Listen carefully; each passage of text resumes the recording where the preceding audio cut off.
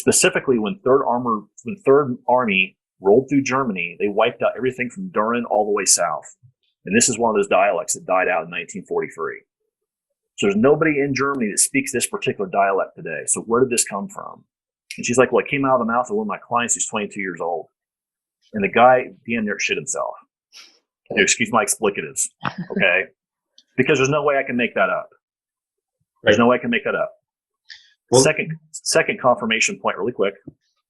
Hormones and eye damage. I basically am 40 years older, i.e. my 220 and backs, hormonally than I would be otherwise. This is something they cannot mask in the regression technology. Can't mask it. The third thing is the eye damage that I have is very specific to people that get exposed to very specific types of radiation. Can't mask it. So that's the second point. And the third point was, if I was to show you my military records, which I don't want to do, obviously for personal security reasons on the video, you guys would see that I was in fact in the U.S. military. So all of those points to me build up a baseline of information that shows that I was definitely exposed somewhere and something happened. Right, and which is huge. And so what we were talking about off camera is that nowadays, and I said this earlier, nowadays it's because so many people have come forward with credible information, it's hard to be a new guy and bring something new. So it's very important. Anything that you can cite like that is very important moving forward because, I mean, it's getting to be a very saturated subject, the SSP subject in general. All right, we've got Tony Rodriguez of the SSP, and I'm Jackie Pierce, and this is Talks with Tony. Hello, everybody. Welcome back. This week, this interview, just talking about it prior to beginning it, has already been mind-blowing. So it's a first, and I think it's a very important first for myself and really for the field of SSP. What we're talking about here is there's a lot of things that people look at and accept. And there are a lot of things that people have a hard time believing that are hard pills to swallow. So when you get two people that say the same thing from completely different realms and they match up, then, I mean, that's, even if they're hard to swallow, there are things that should be considered. And today's guest, Johan Fritz, who's been very popular lately doing interviews and is really getting a lot of buzz in the SSP field with his testimony, is with us today. And the reason why it's like mind-blowing to me is that he is the only person, literally the only person in any SSP related info. And I've talked to a lot of guys that have been out there and came and went, and a lot of guys that had a lot of solid info and a great percentage of their memories back.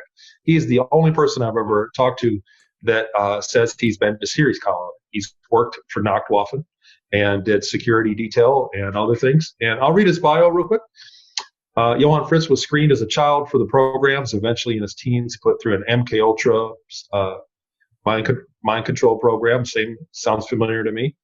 Graduated every level of super soldier training. Upon enlistment into the United States Marine Corps, he was screened again and transferred to a post at Diego Garcia, another overlapping factor of my testimony, from a CIA asset to SSP assets, and then to the moon, where he worked in multiple programs.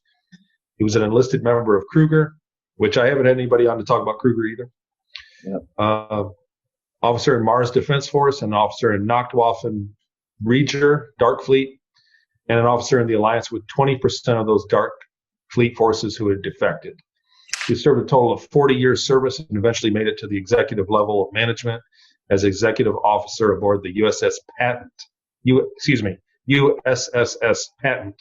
then last commanding officer of the USS Franklin, in which he served there for 15 years. He was an aide de camp to the head of the Nachtwaffen Reger. Am I saying that Reger right? Nachtwaffen Reger, yeah.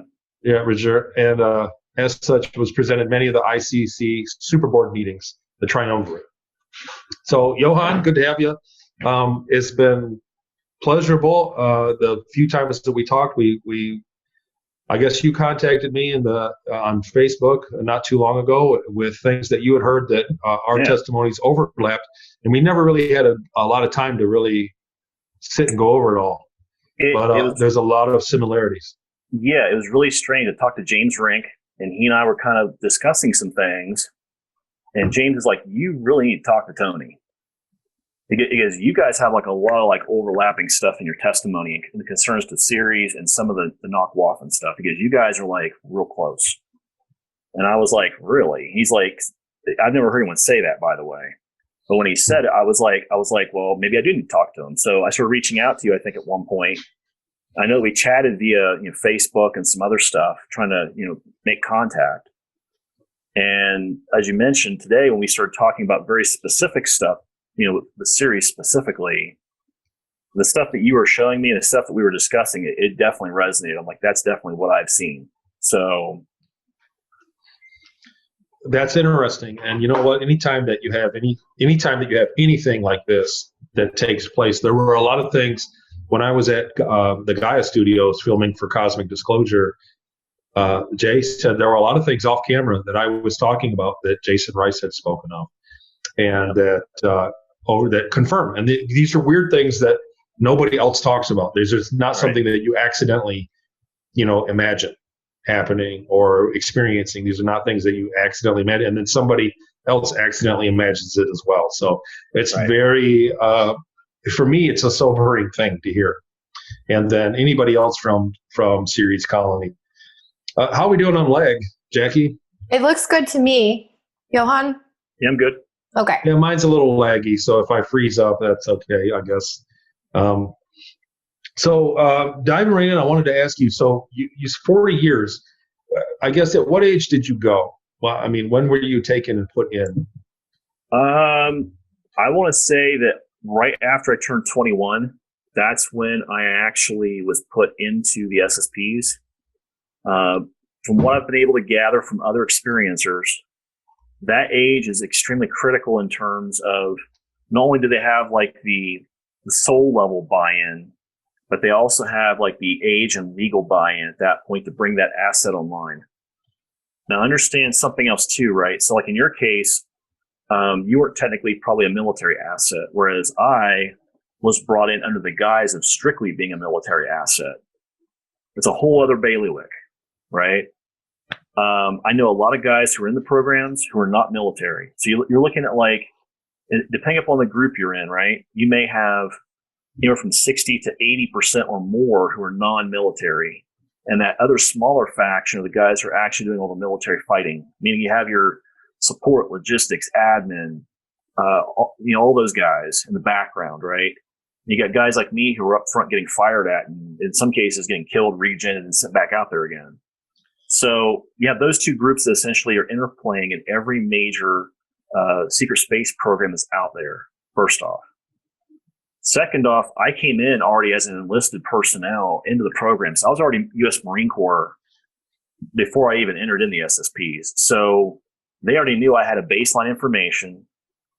Peter had told me my training actually started on age 5.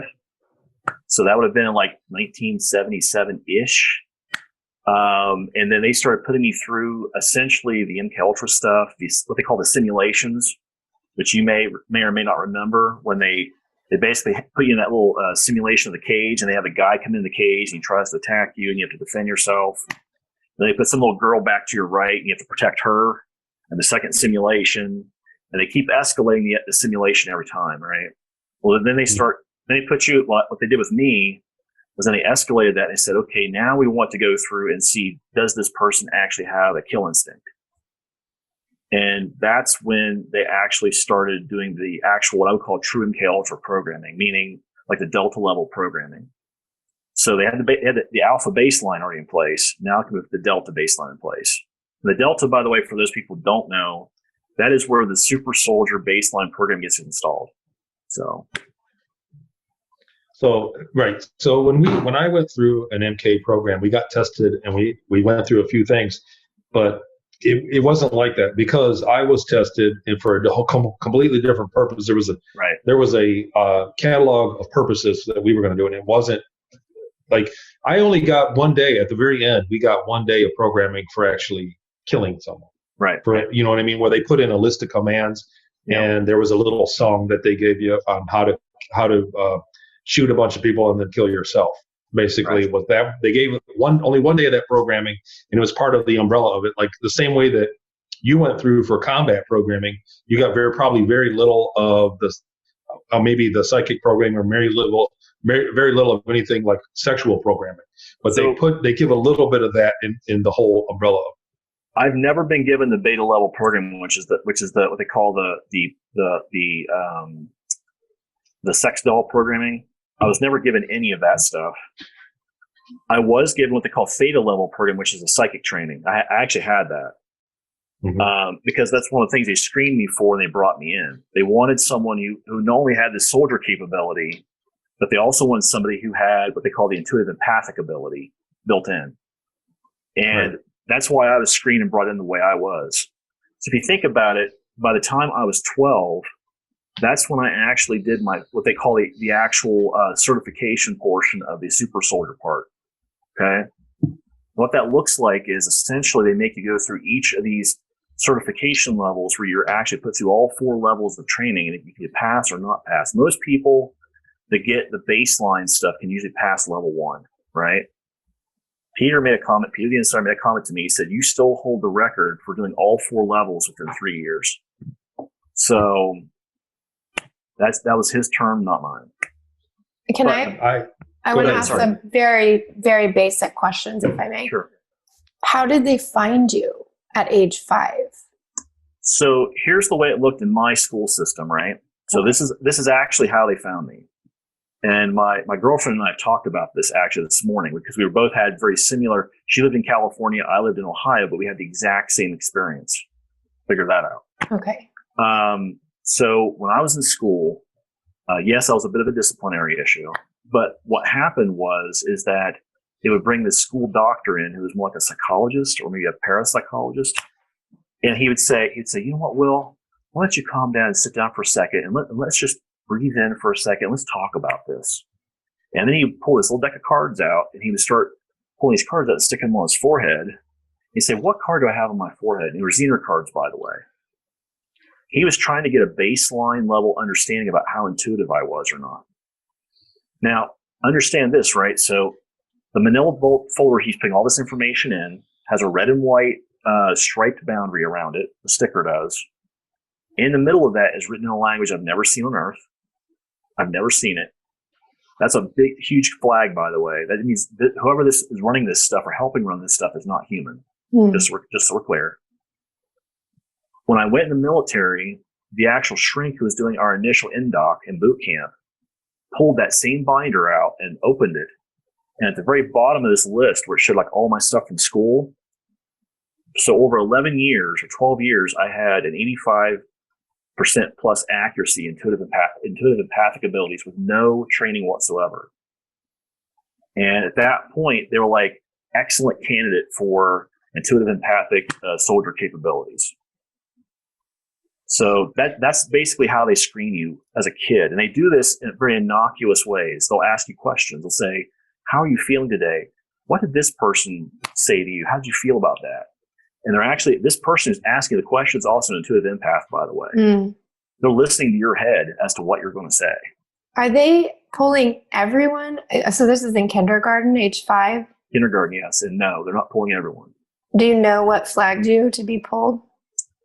3 things. 1, they knew that my mom had intuitive empathic abilities.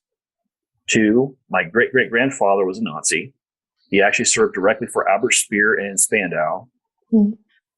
3, because of the first 2, that creates what's called a metagenetic combo, right? You've got someone who has these German genes plus the intuitive empathic ability all wrapped up in the same nice little package. Okay. And that's what they're looking for, because the equipment we use in the programs, some of it is directly tied to certain genetic markers and flags. You can't even turn it on or even access it unless you have it.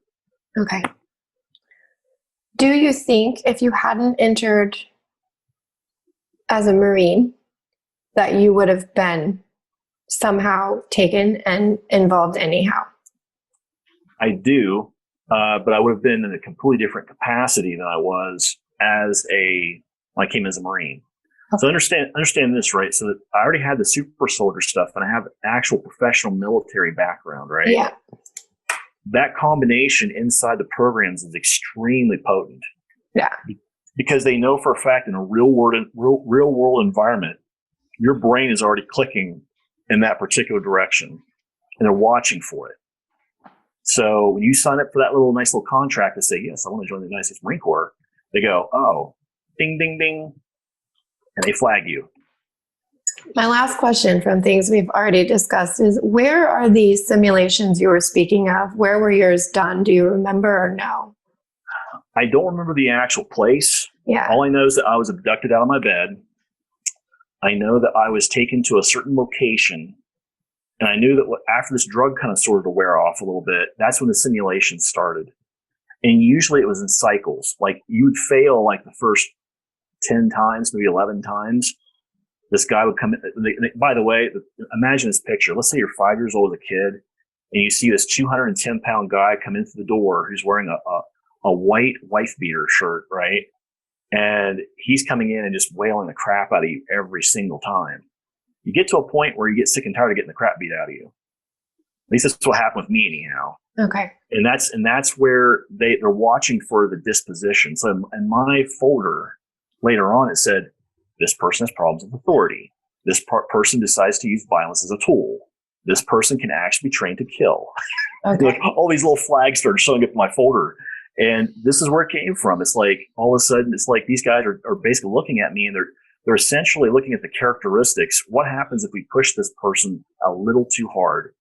Can we make them not quite snap, but do something that maybe they wouldn't normally do?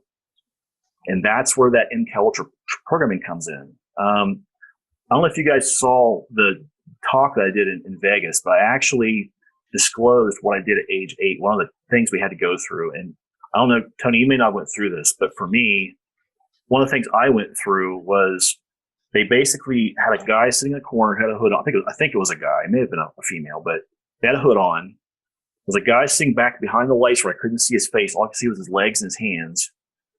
Two guys, one guy on either side of me, and a fish tank right directly in front of me, and a gun on the table. And they asked me 52 different times, what do you have to do? Which meaning they wanted me to shoot this person that was wearing the hood.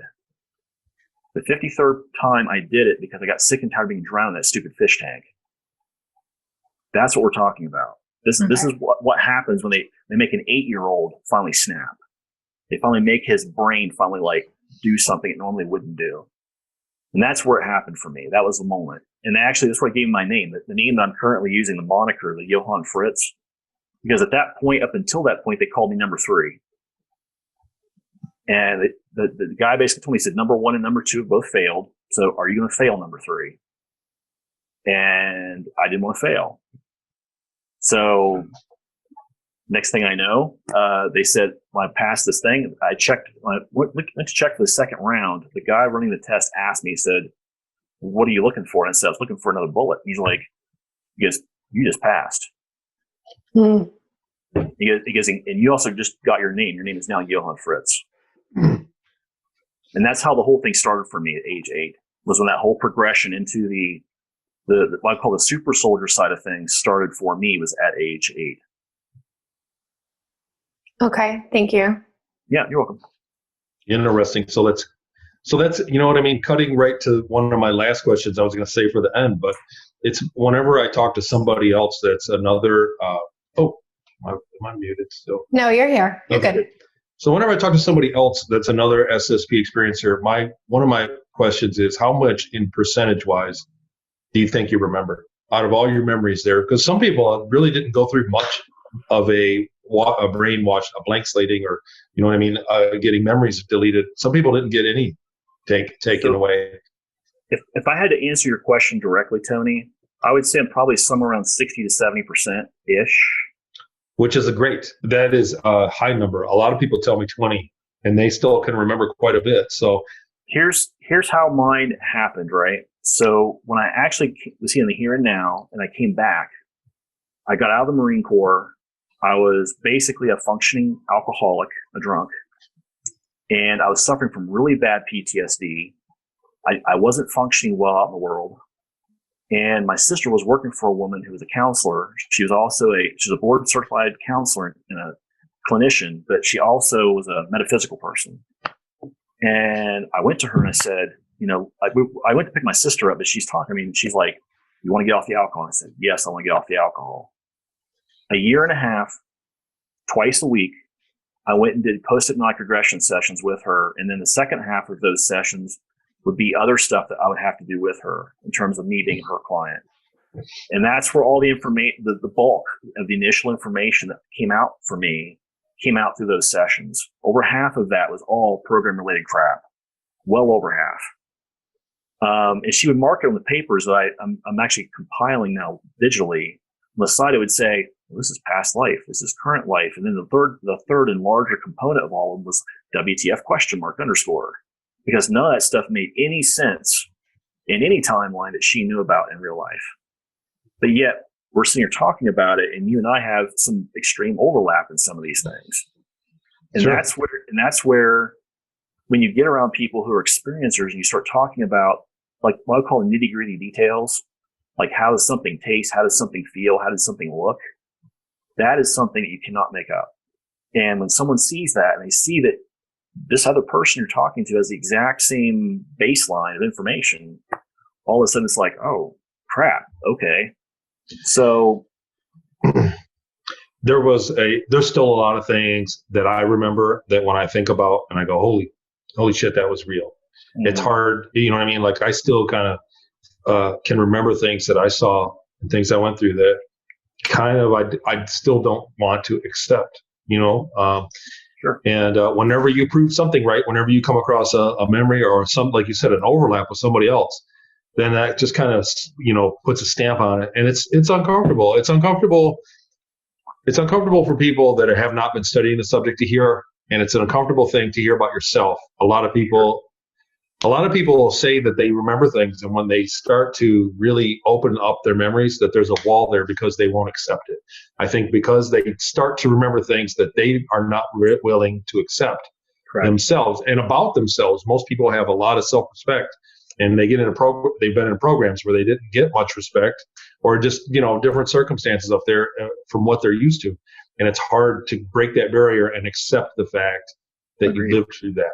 So that's when you say that, it's like flabbergasting. It's hard to explain, but I understand exactly what you mean by that. It shocked me, to be blunt.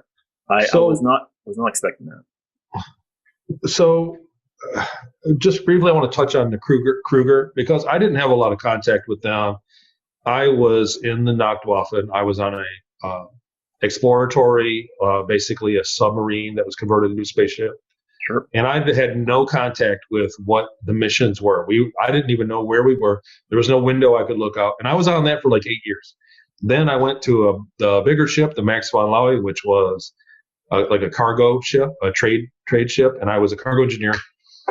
But I didn't really have any contact with Kruger and a lot of things that most people, like you said, people that are dealing with Peter, I did have a session with Peter one time, and it was amazing to me. He said he had over 400 videos that he had access to on a database. Yeah. And he said he was watching me on camera from the ship, and he described things to me that no one else could have done. So, however he does that, and he's very eccentric. So it's hard, like you said, his voice is very eccentric. And when people listen to him, you can be taken off because Peter he's got his own style of things. There's a lot of mystery around him. But there's a lot of quality information too that just can't you can't turn your back to about it. So could you elaborate a little bit more on what Kruger is, the organizational structure, what that is? So we have to kind of lay some baseline info here, right? So understand that the Axis powers during World War II, not only were they developing technology that they were channeling from the stars, but they also were trying to develop a soldier that basically could be the ultimate killing machine, right? What that looked like was you had Walter Kruger, who was in charge of the Russian front of the German war. He was helping some of these Wunderwaffen developers come up with this idea of how to develop a super soldier, right? Because his unit was known as one of the most merciless units out there. And that's exactly the profile soldier-wise they wanted to emulate in their super soldiers. They wanted to be merciless. So what he did was he said, okay, we'll develop a program, and this is where we need to do it. So what they did was they took this information, they moved all of the training facilities to Norway, right outside of Oslo first, and then to this place in Vemork, Norway. Now, if you want to know what I'm talking about in Vemork, Norway, you can watch Bob Baer's the show he did called Hunting Hitler. That power station that he's talking about is actually on top of one of the first Kruger bases developed in Europe. Okay. I've confirmed that with Peter. I've confirmed it with another Norwegian guy who's a mutual friend of ours. He was actually our pilot. And with Ted, who's seen me on Quantum Red Pill Cafe, right? All of us have confirmed that. And the way that whole thing kind of looked, right, was essentially what happened was he came up with this plan along with his scientists to enhance the human body, to essentially contain and make sure that the mind could not be retrieved, i.e. security, operational security. And they started actually figuring out ways to do this. And this is what Peter and I have jokingly called Gen Zero super soldiers. These guys who are essentially still human, but they weren't really like what we would call today as super soldier assets, right? Now, what ended up happening was you had a company so Walter died right before the end of World War II. His son Gabriel took over Kruger after that. And what Gabriel did was he decided that he wanted to move all of those super soldier assets and all the equipment down to base 211 in New Schwabenland. Now, for anybody who's ever studied the programs, that should be a significant statement, because base 211 was the core base for all the awful transactions that happened with the Nazis, with the Draco, and with everybody else that was going in and out of Earth at that point in time. Now, we called it the High Command. That's correct. Yes.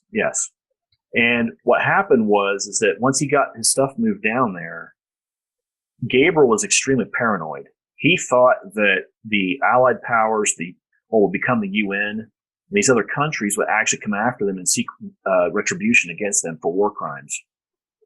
His number one thing was to get out of any sort of legality with Earth.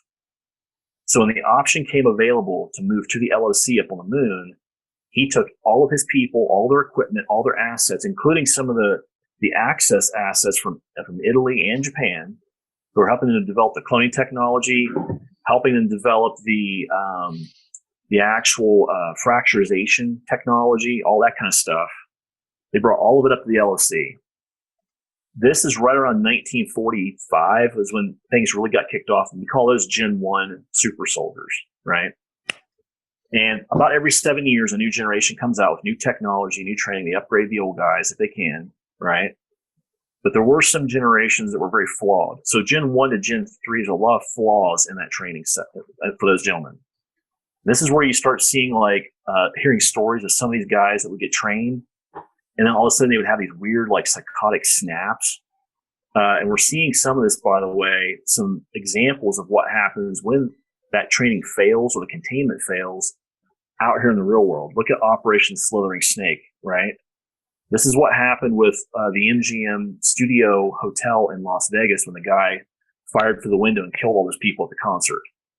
That was actually a super soldier asset being used to basically attack U.S. civilians, to create panic and to actually harm and kill people, because he was triggered by a CIA attaché that did it. It's obvious that a lot of the shootings, the mass shootings we're getting, a lot of them are assets that are programmed to do so. Yep. And it's trumpeting, and it worked in a few other countries already. I'm not going to name names, but other countries have given up their guns, and they want people to voluntarily give up their Second Amendment. And once that goes, once you take care of one of the First Amendments, then the rest of them be easy to change. And so I think that it's obvious, a lot of those guys that are doing mass shootings, school shootings, are mind control assets. Yes. And it gets right back to a statement that I heard a Draco once tell me, actually. He said, we'd much rather have subservient slaves than dead slaves. Yeah. And that's their mentality. They want people who are subservient. I want to clarify one thing because you're saying guys and gentlemen. Is it only males? No. Okay. Half and half, almost exactly 50% men and women both. And the other thing too is that when we did, so to get right to your point, right? One of the memories one of the very first things I confirmed with two other parties outside of me about a memory was the very first memory I had recalled from Kruger. We were doing this, what they call it, a dog and pony show. It was a meet and greet. There's purple cordons in front of all the soldiers. And by the way, in this hallway at the LOC, red carpet with white tiles on the outside. It's on the 6th floor beneath the actual indoctrination center. Okay. They have an area where they bring in all these people in through a gate. So they have no idea they've even left Earth, except for maybe the gravity and the Schumann resonance is a little different, right? And the lighting's a little weird. I thought that was just like a really bad dream. And it's like, nope, not a bad dream. That actually happened. But you're saying it was a split there of male and female at the time. Okay. Yeah, to my left, I was the very last guy in that lineup. And to my left, on the other side of our Kruger doors, was all the female assets that had been inspected. Okay. And these ladies are just like us. They're highly trained. They have some of the best military training in the world. And I have to say, just for the record, they're some of the sneakiest bastards that I've ever fought with.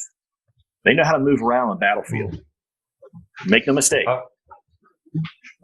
So Jackie, we never talked about this, and I know we had a lot of talks about it, but all of the flight crew girls they had we had as part of like a physical training, we had like a watered down, like a Tai Chi kind of training that was like part of the gym class. When we had to take classes, and I was just in the labor part of it. The girls that were in command that were on the bridge were in a very high level martial arts program. Right. And they were total badasses, and everybody knew it. And it was full time. They went every day to their martial arts program after when the ship got back. I got on a train and went wherever, and they went to martial arts, and everybody did. All of the forward part of the ship did. They were all proficient at hand-to-hand combat. Yep. Yeah. So I got a watered down, like it was like a Tai Chi thing. You know what I mean? Like it was just about coordination because I wasn't expected to fight anybody.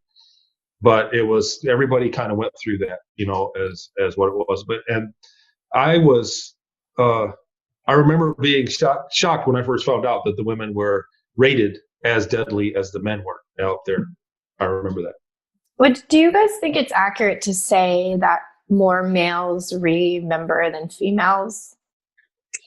I think in my opinion, they remember it differently because here's the thing, what happens with recall, right? So if you study memory, one of the things that happens is, especially if you're doing like QHHT, quantum healing hypnosis therapy, PHR, like post-hypnotic regression, or if you're doing like a soul retrieval through like a shaman, for example, those three methods all tap into a different angle of getting at the same information, right?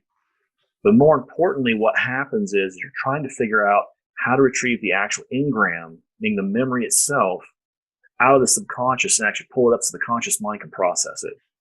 That's really what you're trying to do in a nutshell. And for me, what I did was that one of my jobs after being security officer in Nakwafen, I became military intelligence officer, MIO. And basically, if you look on board of any Nakwafen ship, an MIO is the only person that has the same clearance level as the captain. They're the only two people that have that clearance level. And the captain would basically tell the MIO, hey, I need you to reprogram these guys and give them MK Ultra upgrades or whatever. That's exactly reconditioning. Yes, reconditioning training, yes. Upgrades, reconditioning, whatever.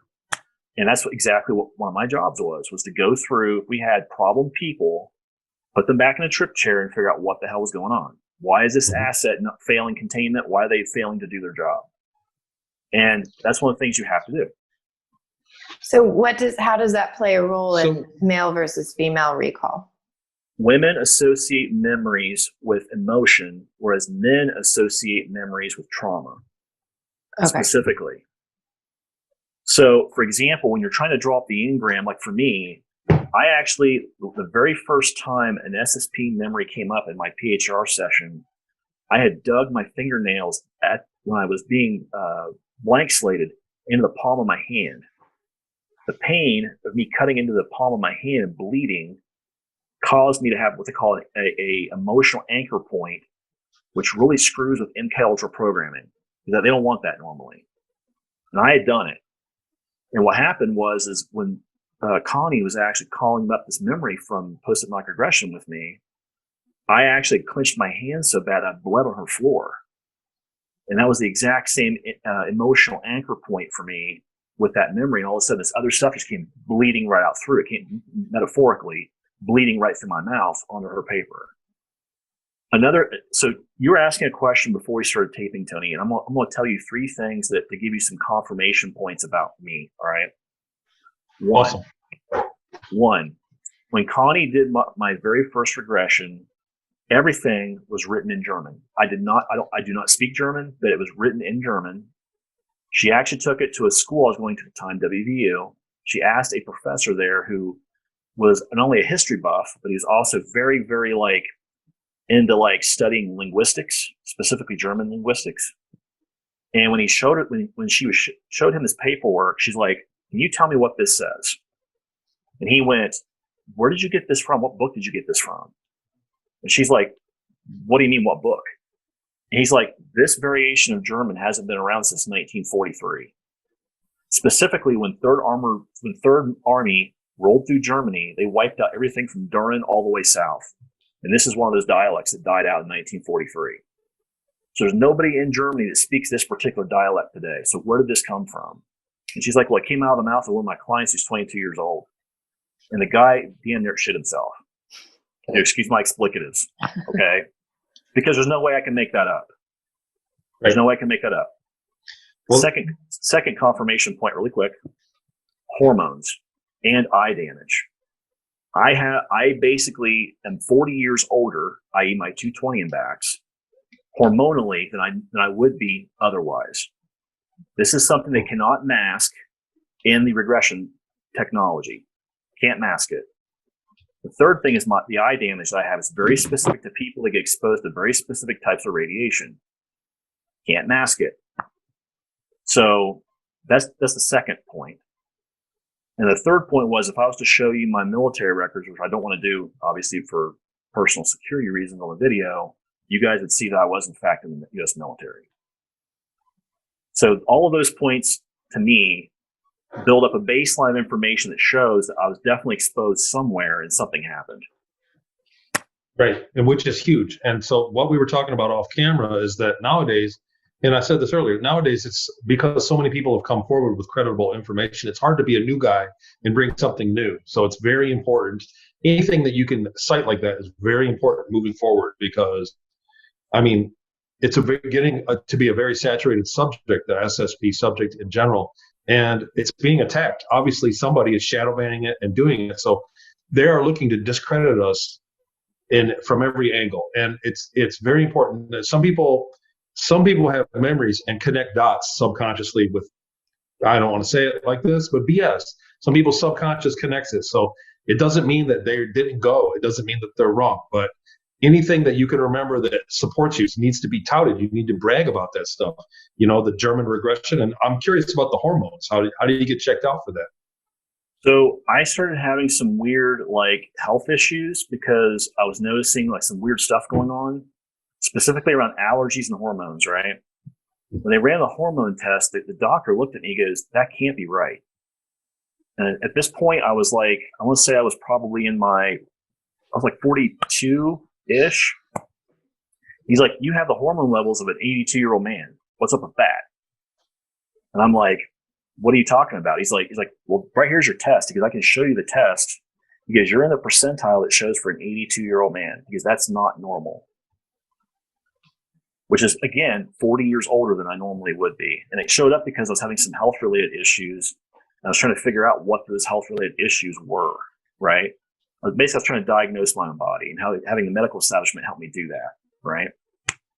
Now, on the other front, and we talked about this a little bit too, right? So on the other front, when you're talking about the stuff like linguistics, I believe that particular language package was part of the MK Ultra programming. They chose somebody who was 100% fluent in German, who had been working in these programs prior to the fall of Germany, and that person was mirrored, which is how I got the language.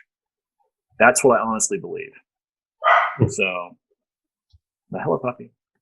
It always happens. I sent you how to tape up your animals, Jay.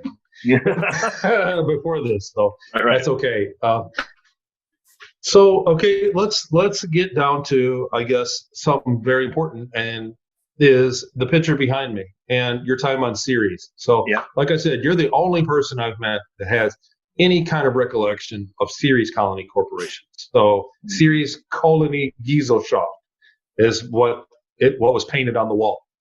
And how long were you there? When were you there? Tell me about it. At the time, I was serving on the USS Patton, which was the capital ship for Nakwafen at the time, one of the capital ships.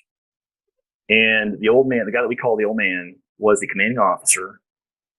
I was a security officer in charge of this group that's called the Viper Fangs. Essentially, we were like, you take like the people on board of like a Nakwafen ship, and these guys are like the special forces of that group. Okay, that's what the group I was a part of. That's what we did. Any of the stuff where we had to go, like, let's say we had to extract people or do stuff that was extremely dangerous, they would not send normal troops in to do that. They sent us in to do it. At this point, we got a message from Ceres. We were actually just outside the Oort cloud, which, for those of you who look at astrophysics, the Oort cloud is the large ring of orbital bodies right outside the magnetic influence of the sun, right? You're not quite to the heliosphere, but you are very, very far away. We were there because we were actually at a Nakwafen base that was actually inside the Oort cloud itself, but we're actually starting to move out of the Oort cloud. And if you want to know what the base is, look at a place called Maki Maki. That's where one of our Nakwafen bases are.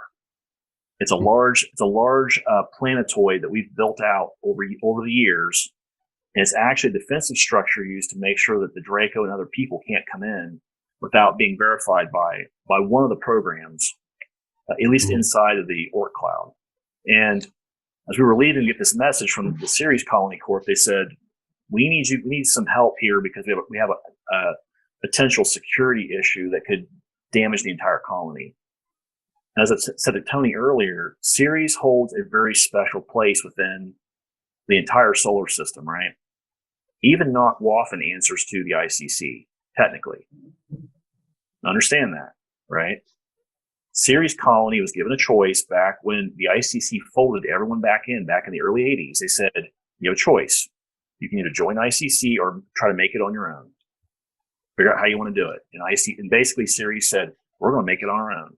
We do not want ICC oversight. So what that means is that they can do things however they want to do them, right? And as I told Tony, you go to any other colony, they always had this same kind of weird like color combination for the paint, and you look at like the concrete work, it's always kind of the same sort of pattern. There's things with ICC that kind of all fit this very similar pattern. Ceres is not that way at all, by the way. It has its own very unique culture, very German based, very pro-German, and very like not American or not even or Terran. Okay, so we get this call, we get sent there. We get sent in a shuttle to Ceres, our tactical fire team. When we arrive, essentially we're greeted by these German officers, and they said, we need you to come talk to our we used the term Führer, who's in charge of the whole colony. We looked at him, I called him the HMFIC of the colony. Internally, that's the joke I had. I won't use the explicatives for sake of burning people's ears. We can figure that one out, I think. Yeah. We get called in, and as I told Tony, there was 4 guys standing next to this guy who was the head guy. He was sitting at a table, and he basically said, he goes, we don't have the type of people necessary to go in and take care of this issue, but if they do what they're claiming, they can blow out the entire dock facility inside Ceres Colony.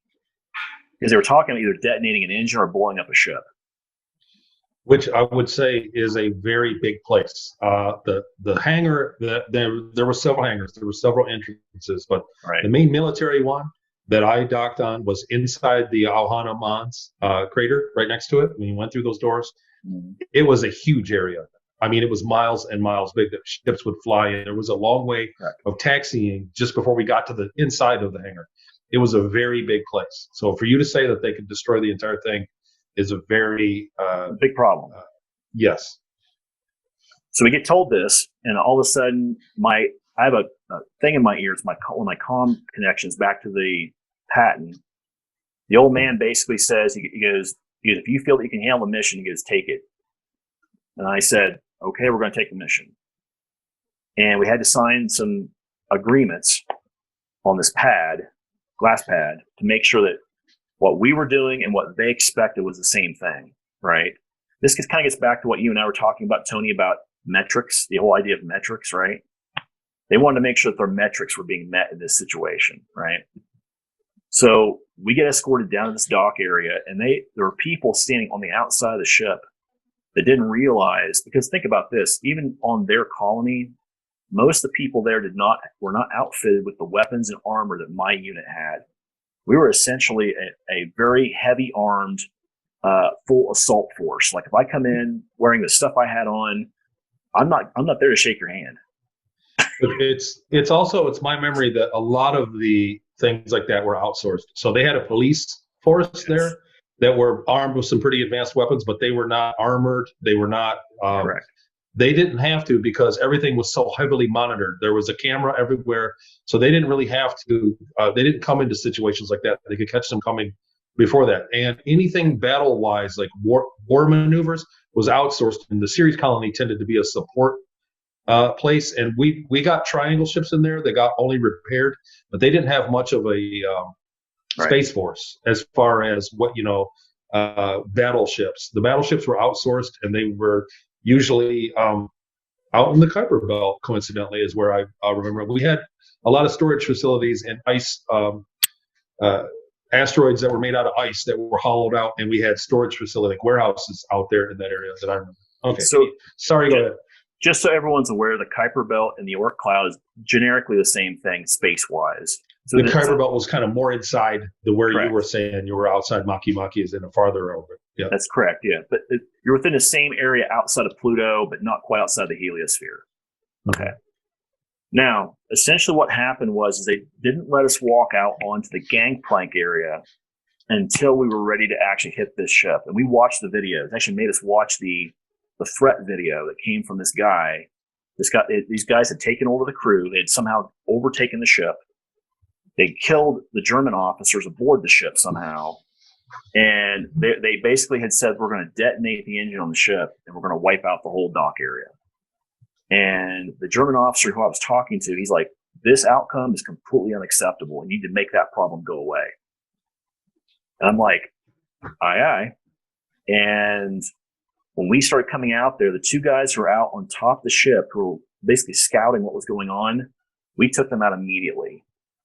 And at that point, we started getting into the ship, and that's when it basically looked like, I don't know if you guys know what mount training is, but that's what it really looked like. We're going door to door, compartment to compartment inside the ship, basically having a firefight with guys who are completely unequipped to do a firefight. And what happened was that my men to start dragging bodies out of the ship. We toe tagged them and body bagged them out on the gangplank. And at that point, all of a sudden, these other German officers come walking out, and they were inspecting our work. They actually wanted to see who we get and how many.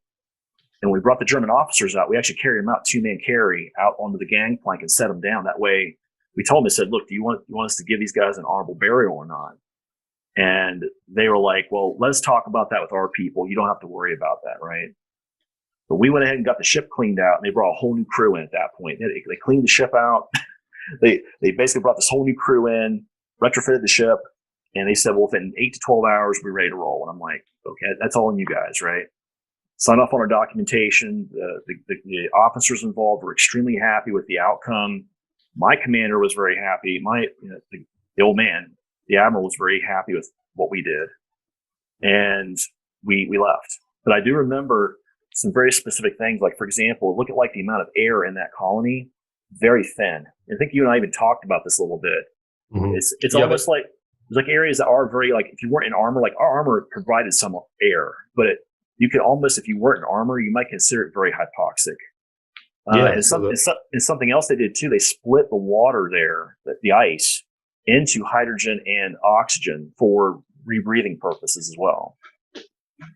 Yeah, there was a lot of talk about that. They bragged about it, that they had this, they would always brag like in commercials.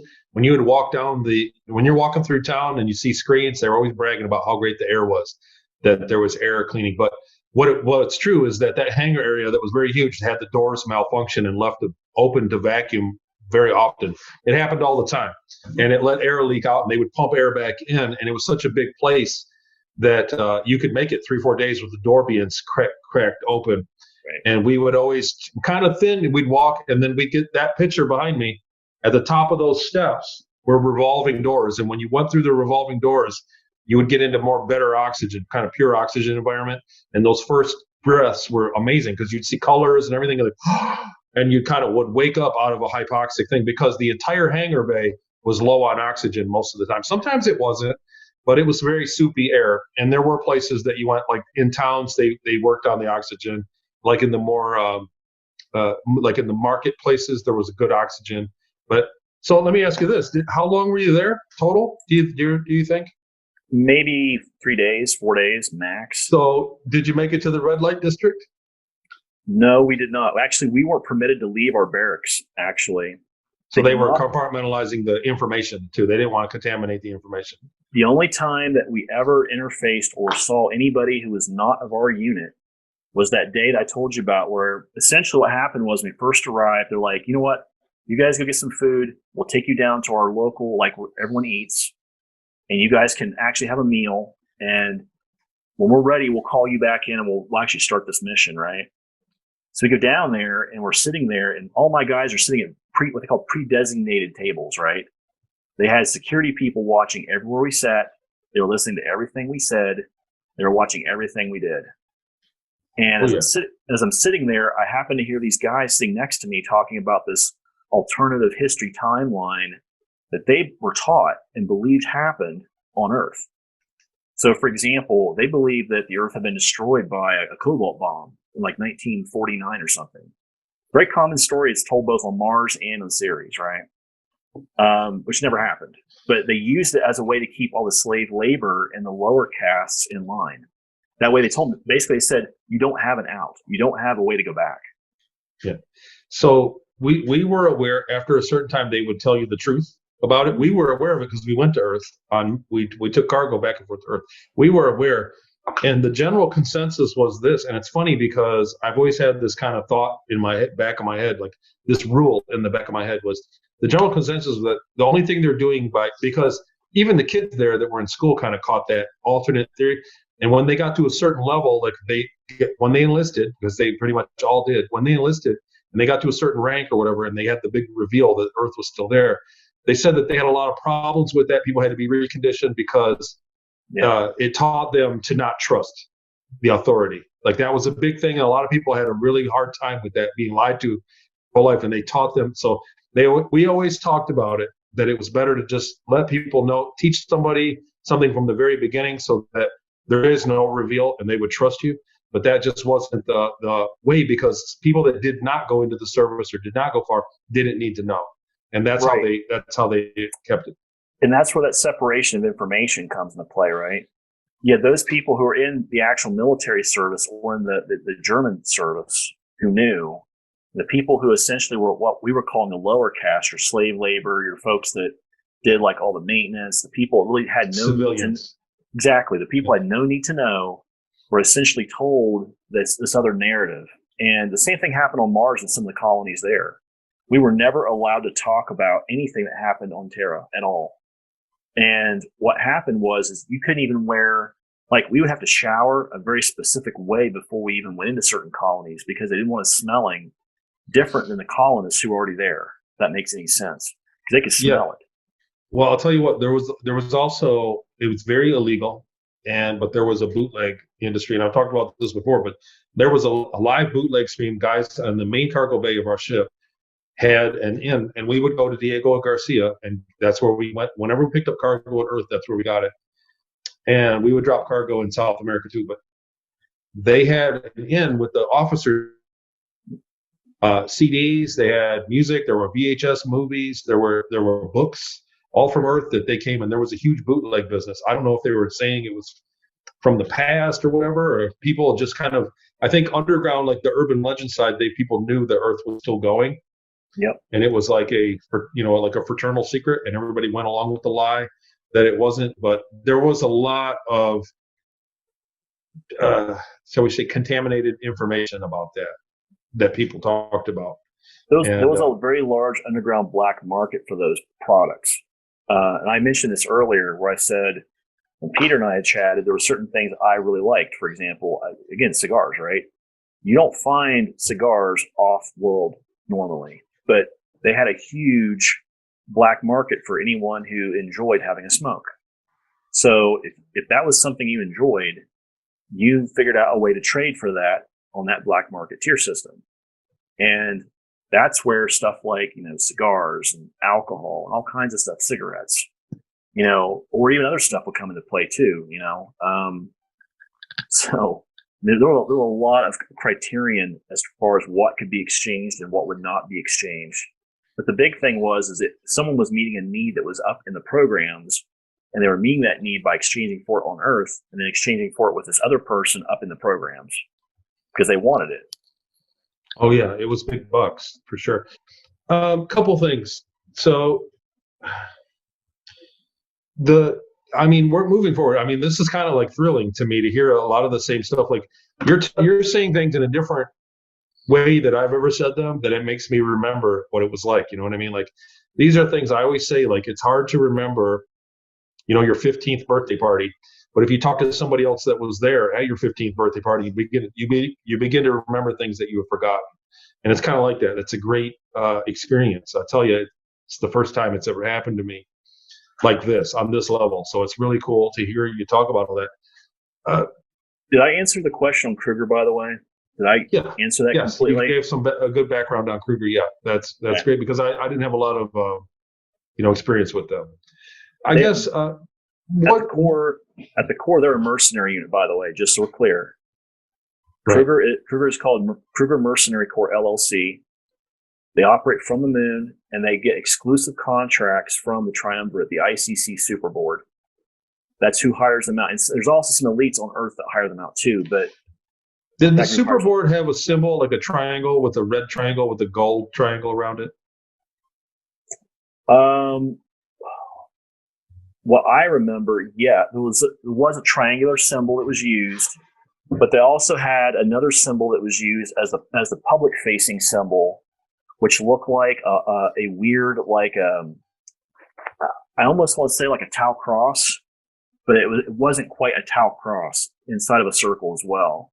And that had to do with the idea that there's certain families and certain program managers who are all part of the same circle. When you walk in the office, you sit at this like really long elliptical table, and there was nobody either at a head or a foot. But what they had basically one person from each program. Behind them is essentially what they called seconds. There's that person's seconds. There's three of those people, and that's where I sat behind the old man. I was one of his seconds. And essentially, what you do is you're basically providing any information he needs, any data he needs, any sort of like verifiables that he needs, bona fides, any of that stuff. You're bringing it up and showing it to him at the time he needs it. Interesting. Well, the reason I ask is because we ferried soldiers and, I guess for lack of a better word, people that were slaves as well. We ferried them as cargo one time, and I was told in the mission briefing, that the people they had black uniforms, and they had a triangle, and there was a red one, and then the gold one was not the color gold like yellow, but actual gold, real gold. Right. Was the triangle, and it was a red one, and then a real gold triangle. And I was told that they had the authority and the morals to just kill somebody on the spot if they felt so, that there was nothing they could do about it. And we were told to avoid them. And I came across them in the hallway a couple times, and I remember it was pretty scary. That particular unit is part of what they call JDFC, Joint Defense Forces Command, right? JDFC provides security for every colony, every planet, and every jurisdiction under ICC control. This is why JDFC does not have any sort of soldiers on Ceres, because it's not under ICC control. And that particular group directly answered to the actual ICC Super Board. They were like their shock troopers. Now, the difference is this, right? So everything that JDFC's people did was logged into the record books. Everything that Knockwaffen did was actually considered black, as operational black. We didn't tell anybody what we did unless it was required per the actual operational statement by the Super Board. And there were many times where people would argue with us about this. Well, how can we verify this actually happened? Well, we can't verify that it happened. You have to assume that we're telling you the truth. So let me ask you this. I want to be very hypothetical, and there's a reason for this that'll come out in the future. But hypothetically speaking, do you think that Knockwaffen had a hard drive or a computer system somewhere with the list of everybody that ever served and every location of everything and every ship? Yes. Do you think that that's something that's real? Yes. And I believe when the old man, the admiral that I served, came into the Alliance, that was one of the things that was required for him to hand over to the Alliance. The people that we're now calling part of Space Force, that was one of the things he was required to hand them as part of his mea culpa. So you're saying that that's recently? Yes. Very recent. In this timeline, yes. Now, in my timeline, what I saw happen, that actually happened in around 2022. That's when we actually switched from Knockwaffen to Alliance. That 20% of people that broke away all came with us around 2022. So you're saying you're still, wait, whoa. You're saying you're still active up there, that you're still in service at this moment. What I'm saying is that all time is circular. My altar served in a parallel timeline to what's going on right now. If that makes sense to anybody, right? Yeah. Well, it's hard to. It's called temporal dysphagia. That's what I call it. Essentially, I have multiple sets of memories from the same time period, same date, same day. They're all competing for what's going on now. And what I have to think about is, you probably heard me say this if you guys watching the Las Vegas stuff. Normally, I wear like a metal bracelet. I'm always tugging on it saying, is this real or not real? Because for me, I have to figure out, am I physically in this body and am I in this timeline? That's how I separate things. But 2022 was the period where we broke away from essentially NWR, Knockwaffen Regier, and then moved into what's called Space Alliance. And 2021 is when we started having all the negotiations, which is obviously next year, which is why I've been telling people, if there's going to be an actual heavy disclosure, you're going to see that stuff starting to hit the fan around 2021, 2022. And guess what?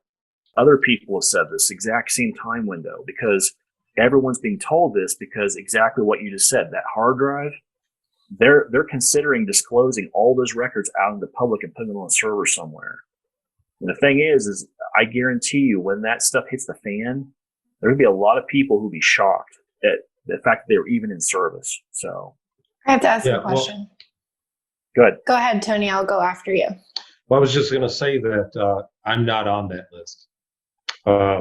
So there's a long story about that. I'm going to cover it in the book. But I was basically deleted from that list. And that list is predominantly, so the Ceres colony was predominantly like a Valhalla kind of thing, where it was people that had great service. So if you were got a dishonorable discharge, you were stricken from that list. There are people that are not in those records that were officers that got a dishonorable. They're not in there. Sure. It's kind of a laurel, a list of people that deserve laurels. And so I was stricken from that list. There's a few different reasons about how it happened. I'm going to go into detail. I did another interview recently about it, but I think that a lot of people, I think that one of the most secretive organizations in the history of mankind is not going to give it all from one place. And I think that list that they're going to hand over next year is going to be in a kind of more of an olive branch than an accurate thing. So understand this. Oh, sorry. Oh, go ahead. Understand this too, right? So Peter, the insider, he's already confirmed to me as of last year that they already have the data. They've already been pulling the data down slowly. They do have the records, but they've had to decrypt them. And the stuff that we're talking about here is just the rosters, right? They want to put the rosters up online somewhere where people can see verifiably that these individuals, like you're saying, served either in an honorable way or dishonorable way or whatever with the programs. And we're talking not just about Nakwafen, by the way. We're also talking Solar Warden. We're talking Earth and Space Alliance. We're talking JDFC. We're talking Planetary Corps, Colony Corps. All these groups, there'll be an entry in there that says this person served from this time to this time at this organization. People like me will have multiple entries in there. Well, they'll show the time periods that I served with these groups and what my actual rank was at the time I left that group and entered in the next group, right? That's what I would expect to see on there. Now, the question is A, who's going to do it, and B, how they're going to maintain security of it is the big question. And Peter has told me multiple times that the security around this is a huge issue because of the way hackers can work. So the question is they're not sure quite yet how they're going to secure it, but they know they're going to do it. And that's when you hear people make these comments about, oh, we've got these records, we're going to tell you who's verified and who's not from certain people when they start saying this crap via their talk. The records they're using are the exact same records Peter had. So whatever. Go ahead. Sorry, Jack. I didn't mean to interrupt you. That's okay. Yeah. I also remember this coming up, that record thing, and sometimes I get what I'll call psychic or intuitive hits, and it was like, it's still only, even if the records were complete, 15% of persons involved in off-planet activity. So there's just so many other programs. Look at the people like me, right? Yeah. You've got like 20,000 plus records in there, videos, records. I've got a lot. Okay. Peter Flout told me, you're definitely on that list.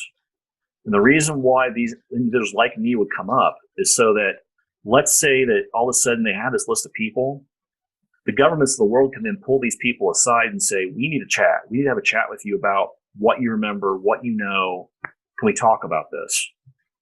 And that's where actual disclosure starts trickling into the news.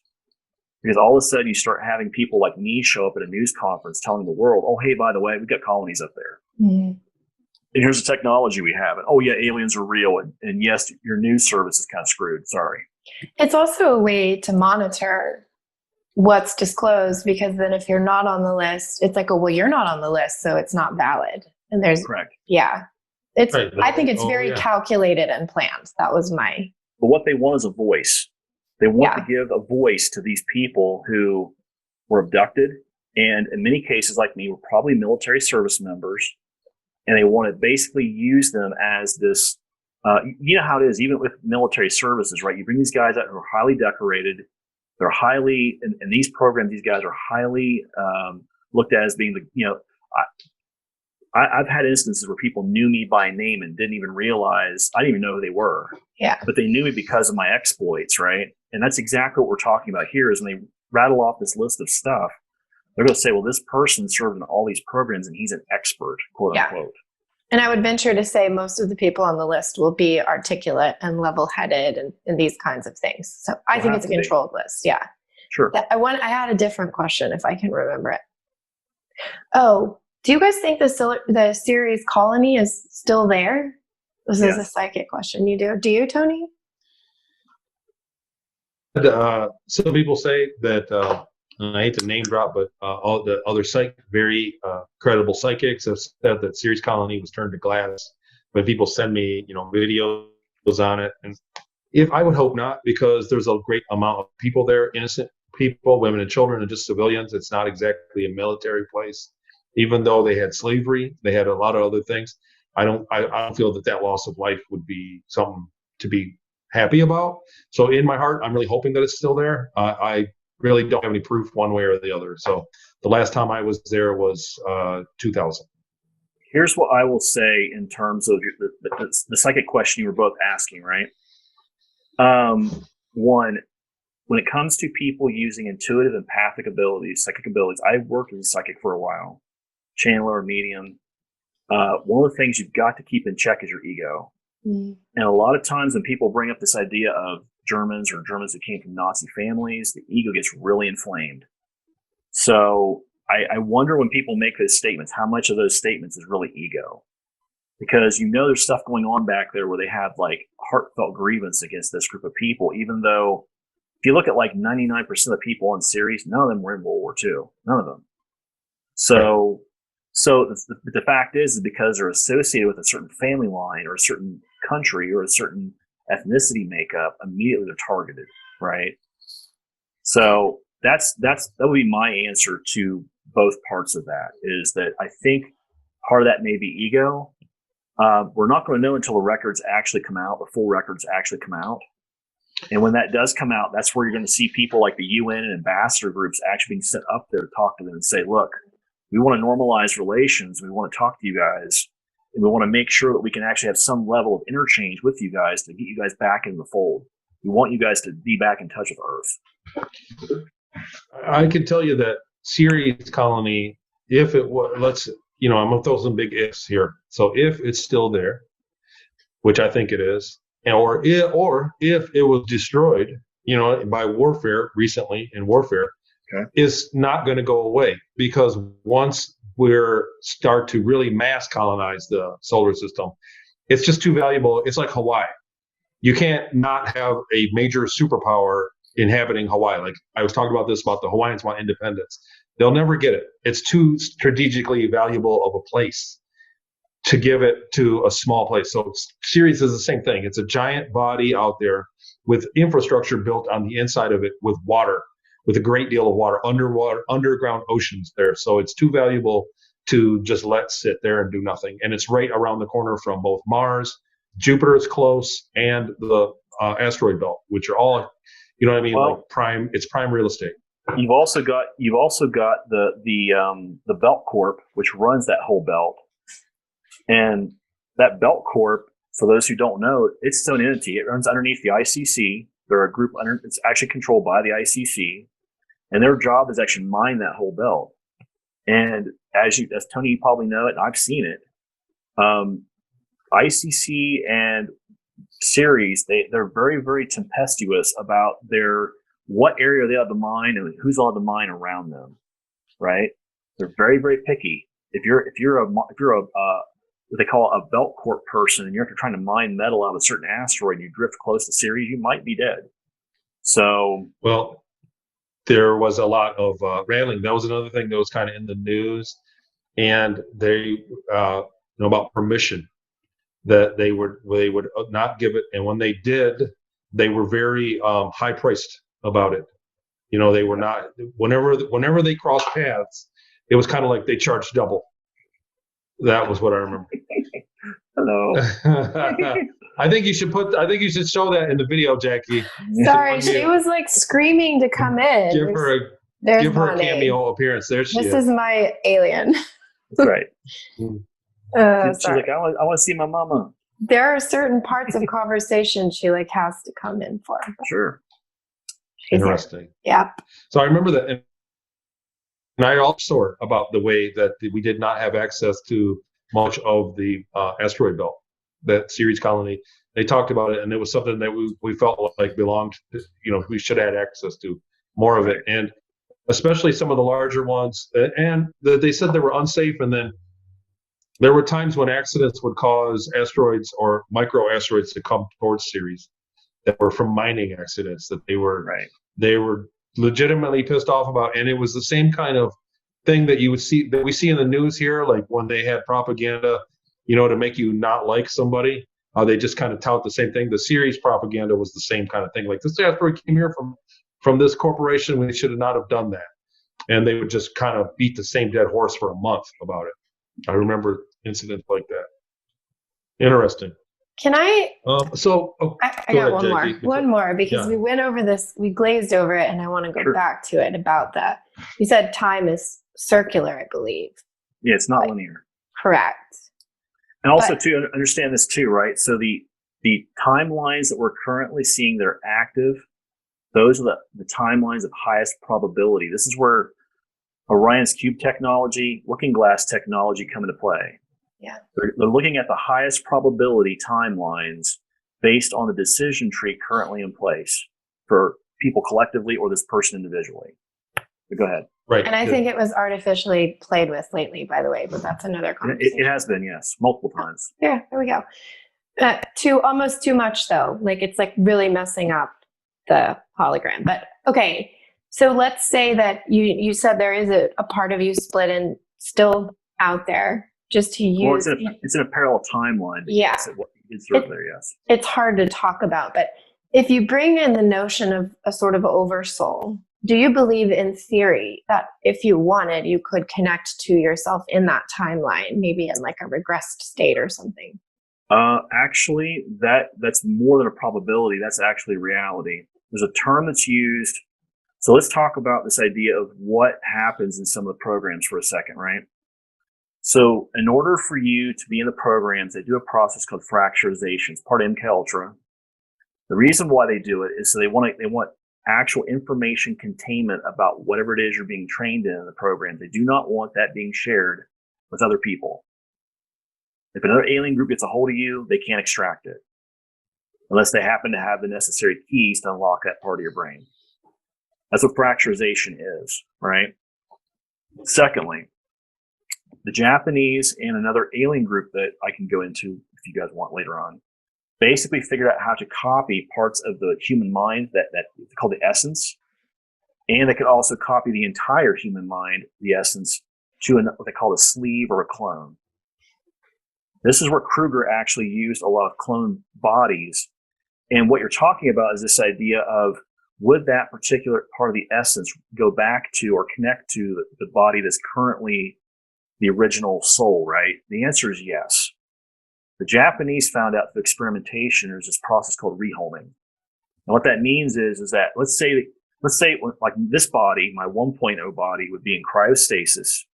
My part of me would be copied into a 2.0 sleeve for Kruger. If that 2.0 sleeve ever died, that part of that essence would come right back to me because that's where my soul record's anchored is in this body. They'd pull me out, recopy me back into the new sleeve again. Then they would say, okay, what happened? What caused you to die? And it's basically like a video save game entry, sort of, except you're dying literally every single time, which sucks. But the idea is they do that because other alien races have picked up on this. And they know that if we do this, meaning we rehome, that we can give other people that intelligence. And what they don't want, for example, there's a Supermax prison that the Draco run. They don't allow any of the SSP assets that are there to ever come out of cryostasis there because they know if they die or something happens to them, that information comes right back to the originating soul. And all of a sudden, they now have intel. And they don't want that. Interesting. Does that answer your question directly? Well, I don't think you can directly answer any of this, but it's very helpful. Yes. Okay. It's fuzzy stuff, but yeah, that makes sense. It's always been a fear of mine that I'm going to legitimately die in my like you said, 1.0 body. I'm going to wake up in a freaking laboratory somewhere as some bastard version of myself and go and do another tour of hard work. Those of us that have been inside of sleeves, the clone bodies, there is another process called biolocation. And what happens is, I've had it happen to me a few times, which is why I believe this other parallel timeline is also still concurrent with us, where I've actually woke up in Johan's body and Johan is woken up down here. I experienced that as well during my time. So all that stuff kind of ended right around the year 2000. So the long story how it worked out from 82 to 2000, but there were several times that when I was sleeping, I was in my other body, on Ceres, for instance, usually on the ship. Just that was the time frame of it, and vice versa. So here's kind of what this is where it kind of gets kind of weird. With my girlfriend and I, we have a joke about if we're talking and all of a sudden she hears me. It's actually happened where she's heard me like say certain things, or my body posture changes, or my facial countenance changes. She'll ask me flat out, Johan or Will, Johan or so-and-so, Johan or so-and-so. One of my other alters, Victor, Johan or Victor, because each of these guys had different linguistics and different body language, and they have a different way of how they carry themselves. And yes, they are part of me, but they're very different in terms of how they deal with people. Specifically, Victor was a hitman. So it's like, she doesn't want to wake up and have Victor looking at her in the face, So, yeah. So biolocation is a very real deal. That's actually happened to me a few times. So Johan, I want to say, man, you fall into the same category that I did with many people that were skeptical of me in the past, and they said that he just knows too much. There's just too much info he can give at one. Nobody can lie that well and say it and do it over and over again for hours on end, and that's great. Thank you, man, for a lot of the things that you said. I want to have you back because I feel like when you're talking about somebody with 40 years of experience, we're never going to really cover it in this format. You really need to get a book or something. So I'm curious, what's next for you? You're doing these interviews. Do you have any kind of long-term plans? For myself, I never had plans. Jackie helped me with a website, and I think it's been valuable. I think these are important things. And what later on that list comes out when there's a disclosure, are you writing a book, or is there anything you're working with, or you're just going to kind of hit the interview circuit? Here's kind of where I started with this. Originally, I was working as a metaphysical practitioner, and I had clients coming to me who I never talked about this stuff in public, by the way, ever. But I had people coming to me that I was trying to help, and I knew for a fact, I was being told that they had been in the programs. And I was asked them very specific questions, and all of a sudden they give me this look like, how the hell did you know that? That's the way it started for me. And then that business, as of this year, actually shut down because of stuff that you and I have talked about, Tony.